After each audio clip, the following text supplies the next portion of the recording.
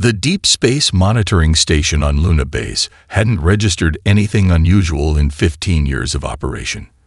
That changed on a quiet Tuesday morning when Dr. Elena Martinez's coffee cup slipped from her fingers, shattering on the metal floor as she stared at her display screen. "This can't be right," she whispered, fingers flying across the holographic interface. The reading showed something impossible. A massive cluster of objects moving through the void between stars, absorbing all light in their path. They weren't ships or asteroids. They were alive. She reached for the emergency protocol button, hesitated for a fraction of a second, then pressed it. Red lights pulsed through the station as she began recording her report. "This is Dr. Elena Martinez, Deep Space Monitoring Station Lambda. At 6:27 hours Earth Standard Time, our long-range sensors detected multiple entities approaching from the direction of Proxima Centauri. These entities appear to be silicon-based life forms, crystalline in structure, approximately 3 to 5 kilometers in length each. They're traveling at 0.15 light speed." And she paused, double-checking the readings. "They're leaving absolute darkness in their wake." The response was immediate. Within an hour, the station's observation deck filled with the top scientists from the lunar colony.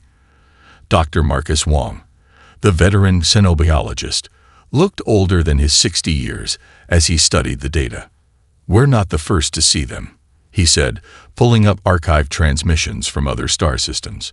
"Look at these patterns. They match exactly what the Centaurians reported 2 years ago, right before their outer colonies went dark."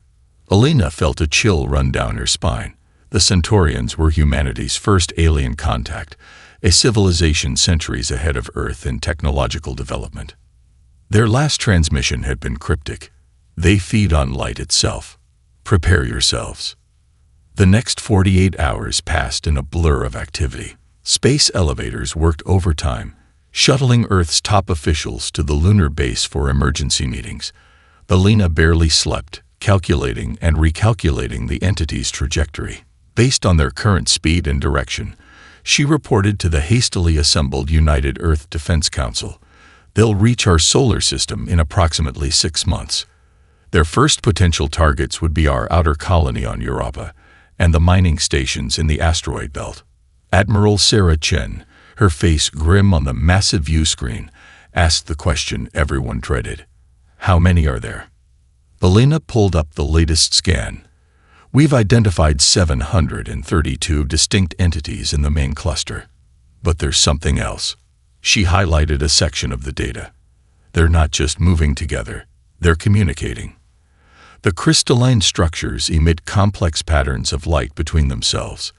They're coordinated, intelligent, and based on their trajectory adjustments, they know exactly where they're going." The council chamber fell silent as the implications sank in. Humanity had spread throughout their solar system, establishing colonies and mining operations that powered Earth's golden age of expansion.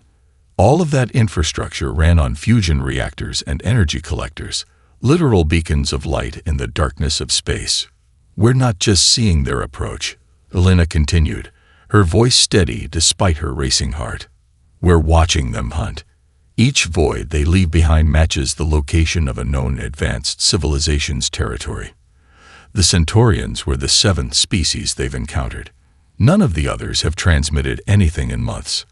The Defense Council erupted in urgent discussions. Plans were made and discarded in rapid succession. But Elena kept watching her screens, studying the beautiful and terrifying dance of the crystalline beings through space.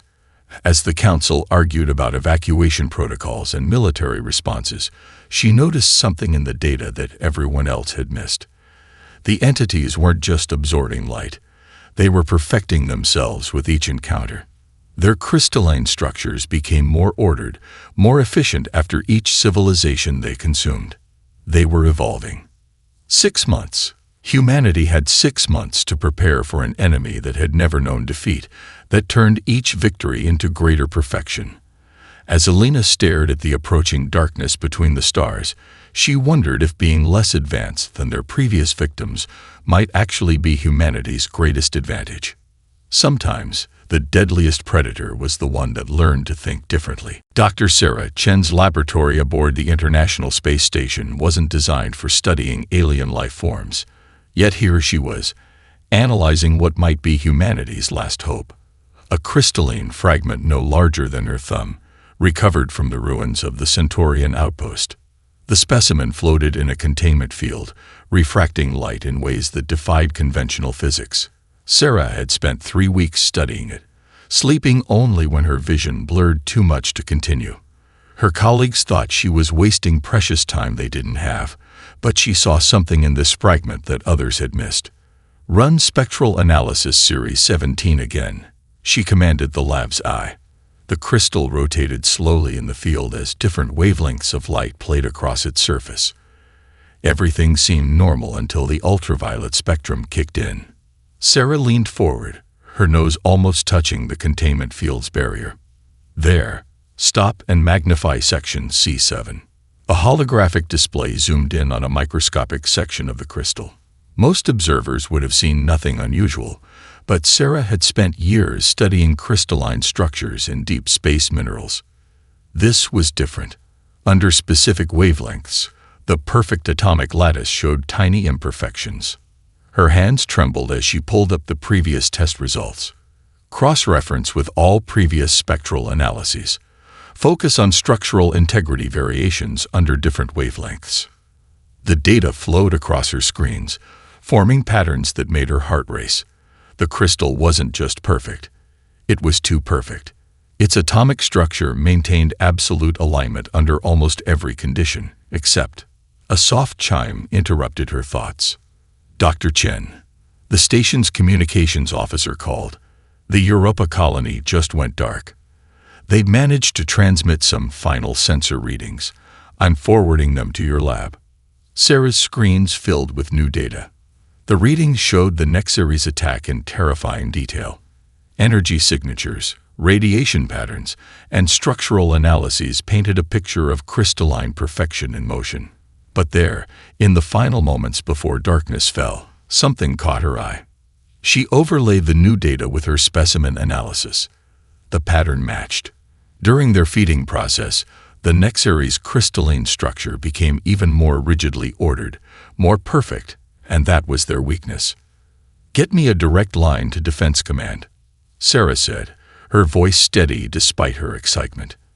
"And wake up Dr. Wong in material science. Tell him to bring his research on crystal stress patterns." 3 hours later, Sarah stood before a virtual assembly of Earth's top scientists and military leaders. The fragment rotated in a holographic display beside her as she spoke. "The Nexarii aren't invincible," she began. "They're prisoners of their own perfection.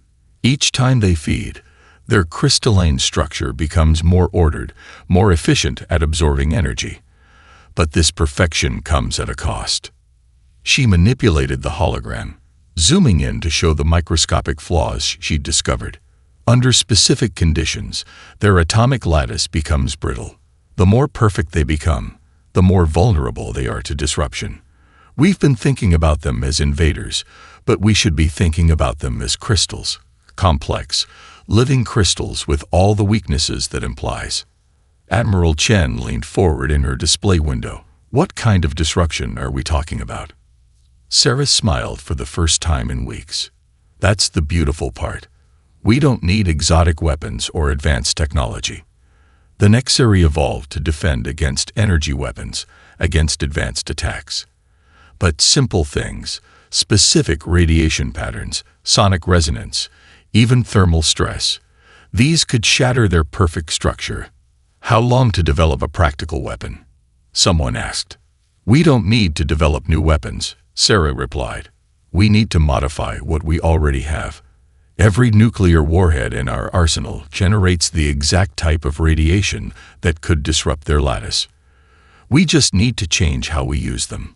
As the implications sank in, the virtual chamber erupted in discussion. Sarah turned back to her specimen, watching it spin in its containment field. The Nexarii had spent eons becoming the perfect predators, evolving to counter every advanced weapon thrown at them.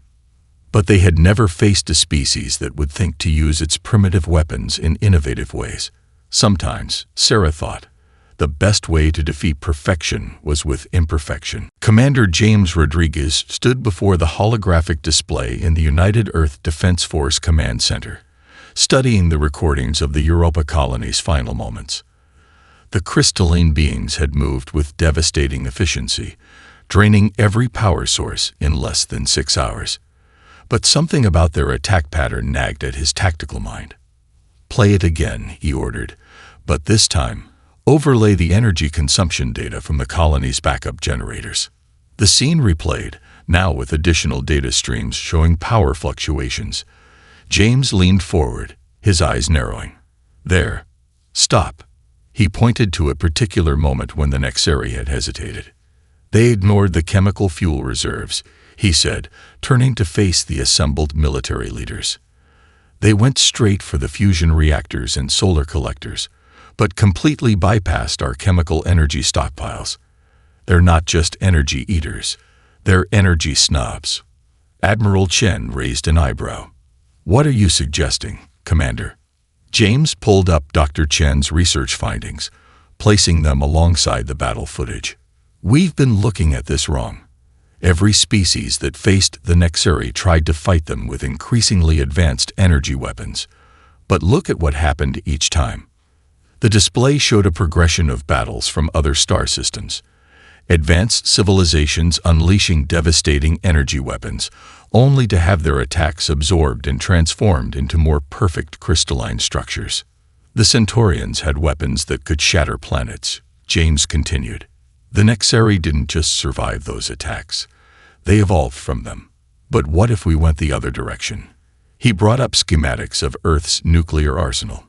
Dr. Chen's research shows their crystalline structure is vulnerable to specific types of radiation. We don't need to build better weapons. We need to use our primitive ones differently. The room erupted in murmurs as James continued.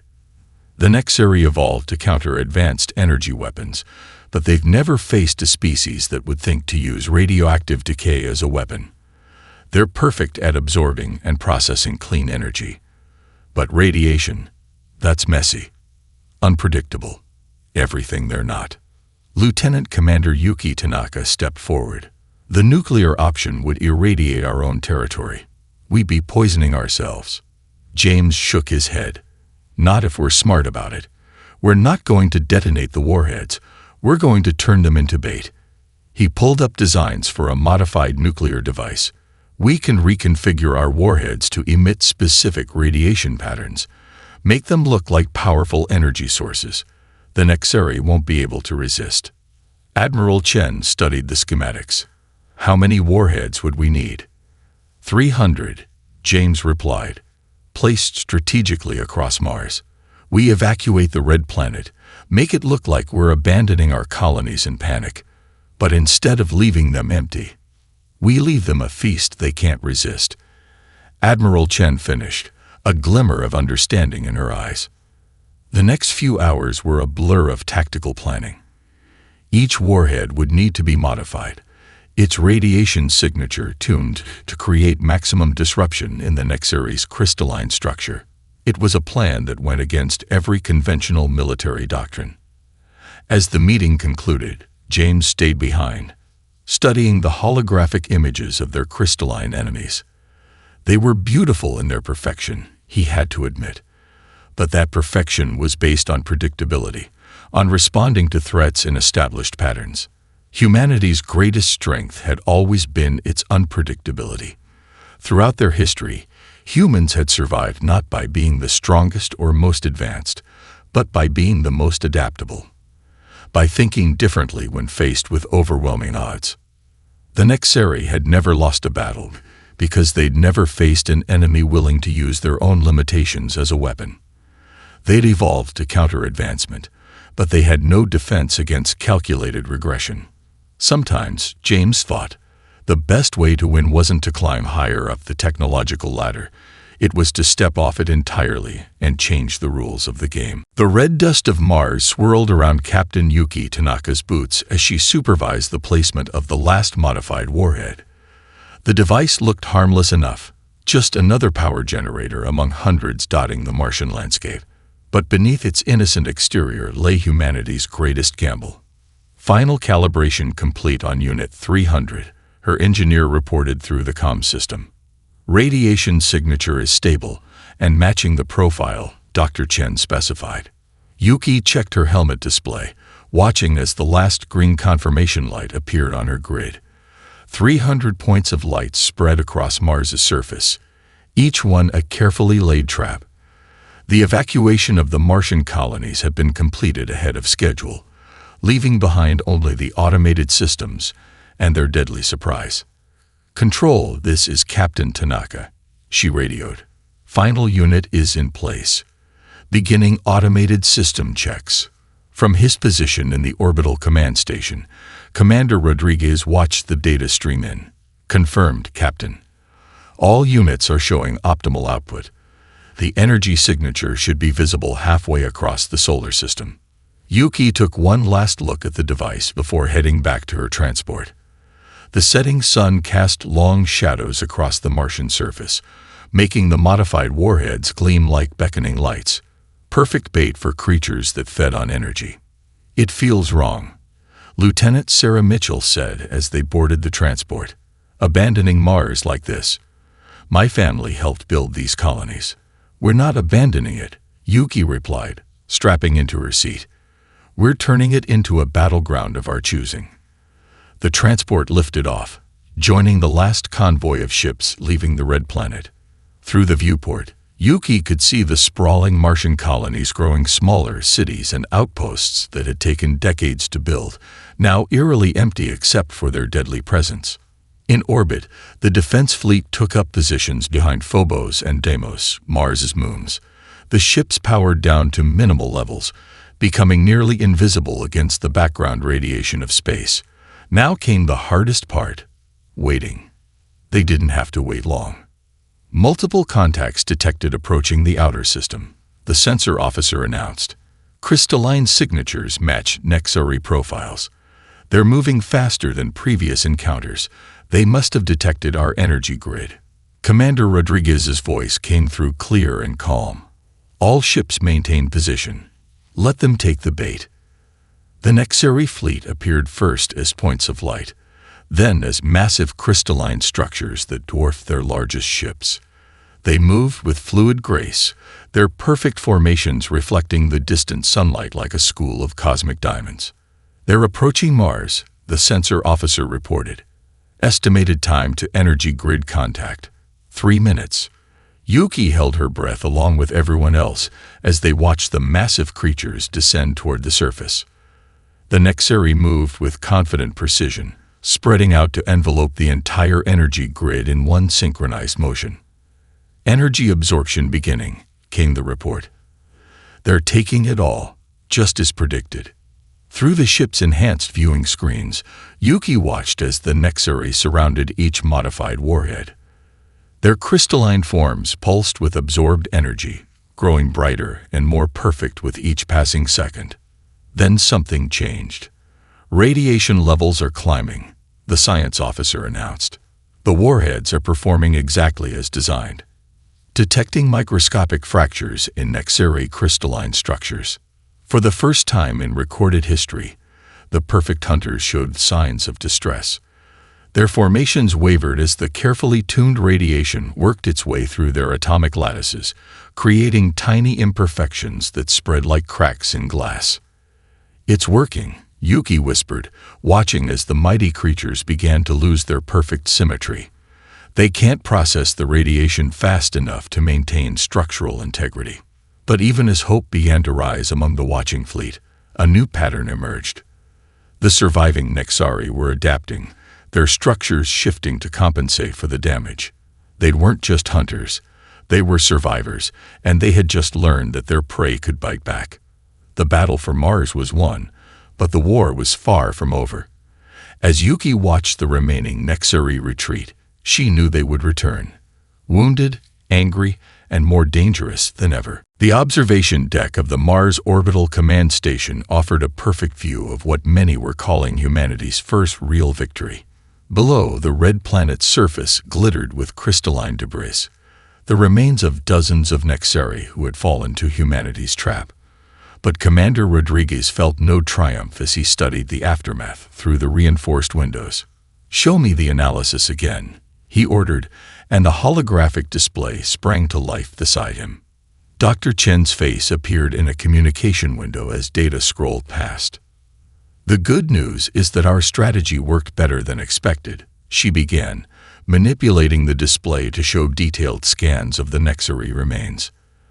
"The radiation patterns disrupted their crystalline structure exactly as we predicted. 37 confirmed destructions, and at least twice that number showed significant damage." "And the bad news?" Rodriguez asked, though he already knew the answer. Sarah's expression grew grave. "The survivors are adapting faster than we anticipated. Look at these structural changes." The display shifted to show real-time scans of the retreating Nexari. Their once perfect crystalline forms had begun to evolve, developing complex lattice patterns that seemed to absorb and redirect radiation. "They're learning," Rodriguez muttered, watching as new data streamed in from deep space sensors. The remaining Nexari had pulled back to the asteroid belt, their formations tighter and more defensive than before. But they hadn't fled. They were regrouping. Lieutenant Commander Mitchell burst onto the observation deck, her usual composed demeanor shaken.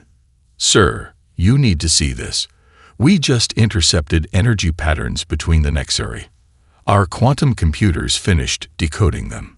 The display shifted again, showing complex wave patterns that pulsed with an almost hypnotic rhythm.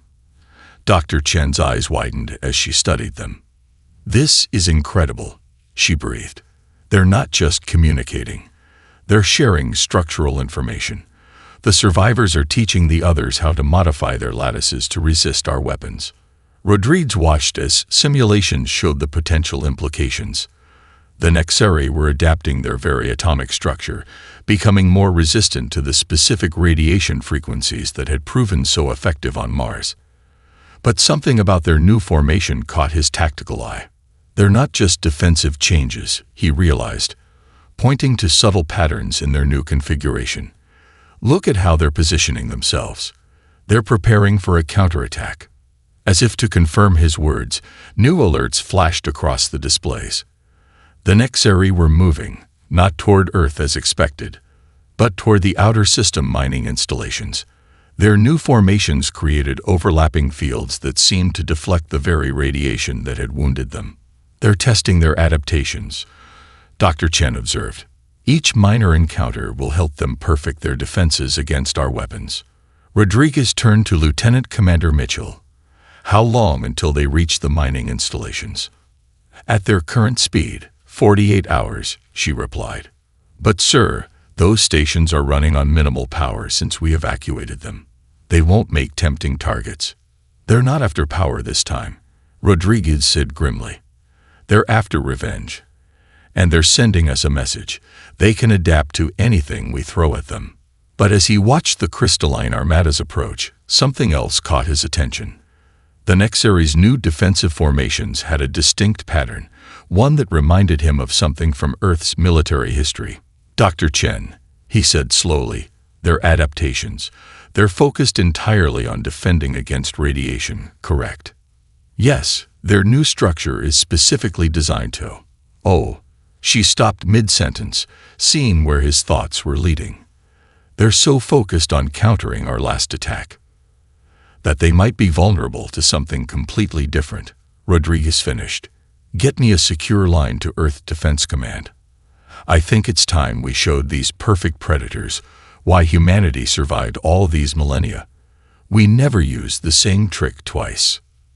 The Nexari had learned to adapt to humanity's first surprise. But as Earth's leaders gathered to plan their next move, one thing became clear. The real battle was just beginning. Dr. Sarah Chen stared at the crystalline fragment floating in her lab's containment field, watching as it caught the light in new ways. The piece had come from Mars, part of a fallen Nexari, and it was nothing like her original samples. The atomic structure had changed, becoming more complex, more resistant. But as she adjusted the field's frequency, something unexpected happened. "Look at this," she called to her team. The crystal's perfect surface briefly clouded when exposed to a specific combination of energy frequencies. They've adapted to resist radiation, but they've made themselves vulnerable to something else entirely. Her laboratory aboard the International Space Station had become humanity's last research stronghold. Scientists from every field worked around the clock, each bringing their unique perspective to the problem. Dr. Marcus Wong, the materials specialist, approached the containment field. "The new structure," he said, studying the readings. "It's like a fortress with all its defenses facing one direction." Sarah nodded, excitement building.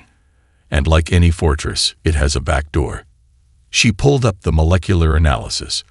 Their adaptation against radiation has made them particularly susceptible to resonance frequencies. If we can hit them with the right combination of sonic pulses. The station's emergency alert cut through their discussion. On the main screen, they watched as the Nexari fleet demolished the outer system mining installations. The crystalline beings had become more aggressive, more tactical in their attacks. "We need to work faster," Sarah muttered, turning back to her data. "Commander Rodriguez, are you receiving this?" The commander's hologram appeared beside her workstation. "Go ahead, Doctor. Please tell me you have something we can use." Sarah sent him the latest analysis. "Their new structure has a critical weakness. We can create resonance weapons using modified mining equipment, the same sonic drills we use for asteroid mining. But we need something to amplify the effect." Dr. Wong suddenly straightened, his eyes wide. "Salt," he said. Everyone turned to look at him. He hurried to explain, pulling up molecular diagrams. "Common sodium chloride. Its crystalline structure, when properly energized, could act as a catalyst. The ionic bonds would create a cascading effect in their lattice." Sarah's fingers flew across her console, running simulations. He's right. The Nexari are so focused on defending against high-tech weapons, they've never considered something as simple as salt could be their undoing. Rodriguez studied the data. "How much salt would we need?" "That's the beautiful part," Sarah replied. "We have millions of tons in Earth's oceans. We can process it quickly, and they'll never see it coming.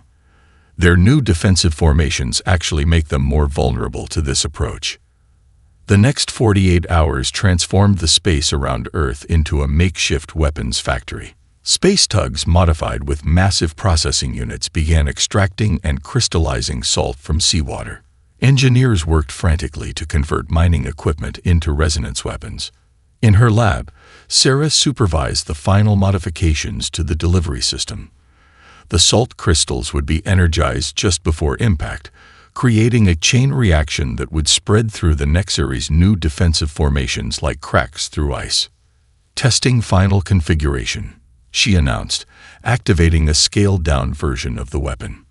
In the containment field, the Nexari fragment began to vibrate, then crack, its perfect structure falling apart from within. Commander Rodriguez watched through his holographic presence. "How soon can we deploy?" Sarah checked the production reports. "First wave of weapons will be ready in 6 hours. But sir," she hesitated, "they're still adapting. If this doesn't work." "It will work," Rodriguez said firmly, "because we'll keep changing our approach. That's what they don't understand about us. Humanity's greatest weapon isn't our technology or our strategies. It's our creativity." Sarah finished, watching as another batch of energized salt crystals rolled off the production line. "Our ability to see solutions where others see only problems." As Earth's defenders prepared for their next encounter, Sarah couldn't help but appreciate the irony. The Nexari had spent eons becoming the perfect predators, only to be undone by one of the most common substances in Earth's oceans. Sometimes the best weapons weren't the most advanced. They were the most unexpected. Space around Earth's orbit transformed into a glittering battlefield as the Nexari fleet approached. Their crystalline forms had evolved into complex geometric patterns, each surface designed to deflect the radiation that had proved so devastating on Mars. But humanity was ready with a different kind of welcome. Captain Yuki Tanaka sat in her command chair aboard the destroyer Hyperion, watching as the enemy advanced. Her ship's cargo holds were filled not with traditional weapons, but with energized salt crystals and modified sonic emitters. "All ships report ready," her tactical officer announced. Resonance weapons charged and targeting systems aligned. Commander Rodriguez's voice came through the fleet-wide channel. "Remember your training. They'll expect us to try radiation again. Let them get close enough to commit to their defensive formation." The Nexari moved with predatory grace, their new formations creating overlapping fields that would have rendered their previous radiation weapons useless. They approached with the confidence of apex predators who had never known true defeat. "Energy readings are spiking," the sensor officer reported. "They're preparing to feed." "Now," Rodriguez ordered, "all ships, execute pattern Delta." The human fleet burst into action. Smaller ships darted forward, releasing clouds of energized salt crystals that sparkled like cosmic diamonds. The Nexari, expecting another radiation attack, maintained their defensive formations. It was exactly what humanity had planned for. "Sonic emitters at full power," Yuki commanded. "Target the crystal clouds." The modified mining equipment activated, sending precisely tuned resonance waves through the scattered salt crystals. The effect was immediate and devastating. The salt crystals began to vibrate in harmony, creating a cascading wave of energy that slammed into the Nexari's defensive formation. "Direct hit on primary target cluster," her tactical officer reported, excitement breaking through professional composure. "Their lattice structure is destabilizing." Through the bridge viewport, Yuki watched as the first Nexari began to crack. Their perfect crystalline forms, so carefully adapted against radiation, proved catastrophically vulnerable to the resonance attack. Fissures spread through their structures like lightning through storm clouds. But the Nexari weren't finished. The surviving crystals began to shift, attempting to adapt to this new threat. Their formations broke apart, individual units trying to escape the deadly resonance field. "They're scattering," Yuki reported to Fleet Command, attempting to reduce the cascade effect. "All ships, initiate Phase 2, Rodriguez ordered. "Don't let them regroup." The human fleet split into predetermined squadrons, each targeting a different cluster of retreating Nexari. Ships released their remaining salt crystals in precise patterns, creating overlapping fields of resonance that left the enemy nowhere to retreat. In her lab aboard the space station, Dr. Chen watched the battle through sensor feeds. "The resonance patterns are working better than we calculated," she reported. "Their new defensive structure is actually amplifying the effect." The Nexari's perfect adaptation against radiation had become their greatest weakness. The same crystalline patterns that would have protected them from energy weapons now transmitted the resonance waves with devastating efficiency. For the first time in their ancient history, the supreme predators experienced true fear. Their collective consciousness, accustomed to victory and adaptation, faced an enemy that didn't follow the rules of technological progression. "They're trying to communicate," the communications officer announced, picking up complex energy patterns between the remaining units. "Let them talk," Rodriguez responded.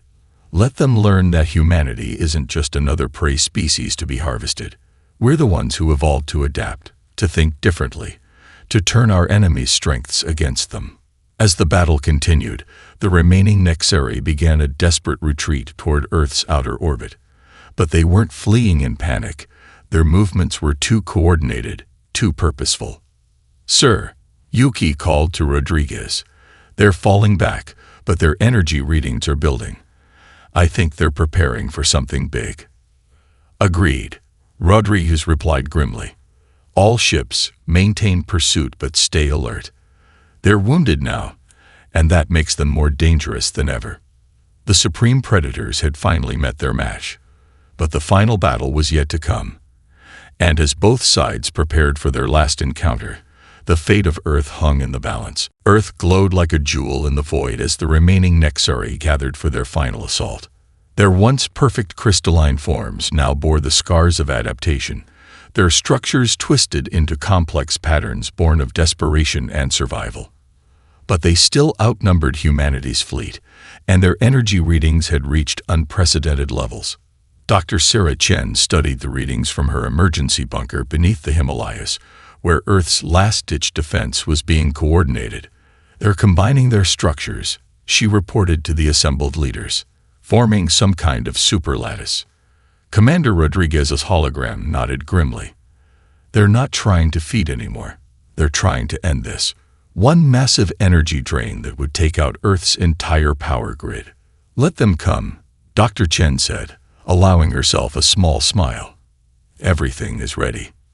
Above, Captain Yuki Tanaka watched from the bridge of the Hyperion as the Nexari began their final approach. Their combined form was beautiful and terrifying.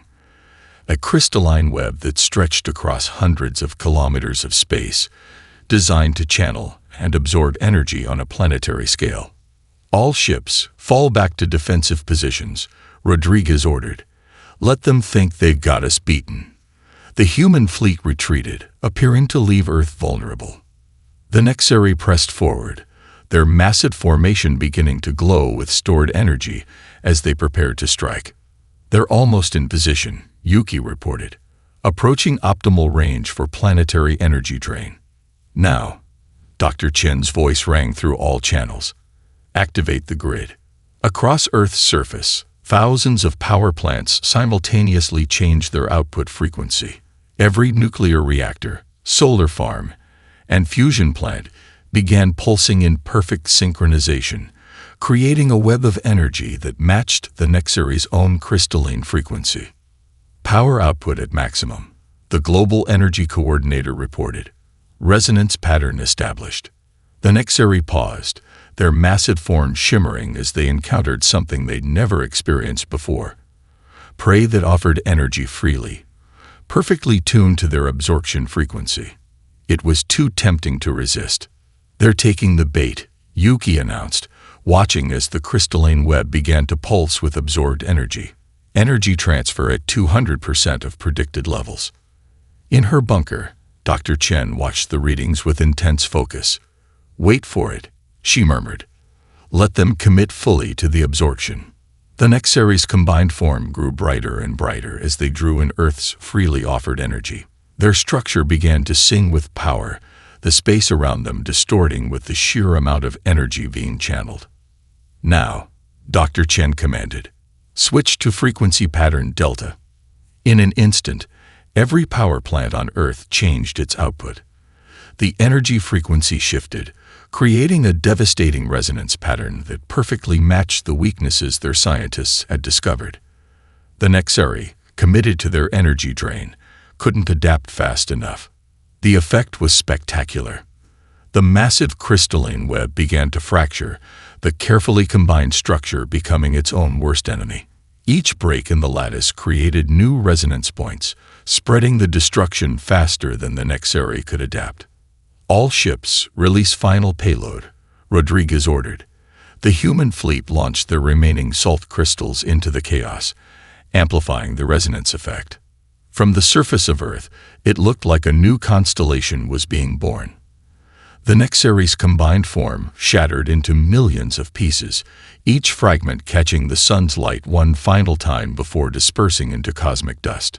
As the last echoes of battle faded, Dr. Chen walked out of her bunker and looked up at the night sky. Where once there had been darkness and terror, now stars shone freely again. Mission control to all stations, a voice announced across all channels. No remaining Nexari signatures detected in the solar system. Earth is secure. In the days that followed, humanity began to rebuild. The knowledge and technologies developed to fight the Nexari would help restore the damaged colonies and push human expansion further into space. But more importantly, they had learned something vital about themselves. The perfect predators had fallen not to superior technology or overwhelming force, but to the very traits that had kept humanity alive through countless challenges: creativity, adaptability, and the willingness to find strength in their apparent weaknesses. As Earth's ships ventured out to contact other surviving civilizations, they carried a simple message. The age of the supreme predators was over. A new dawn had come, not of perfect hunters, but of imperfect innovators who had proved that the ability to adapt and think differently was the greatest evolutionary advantage of all.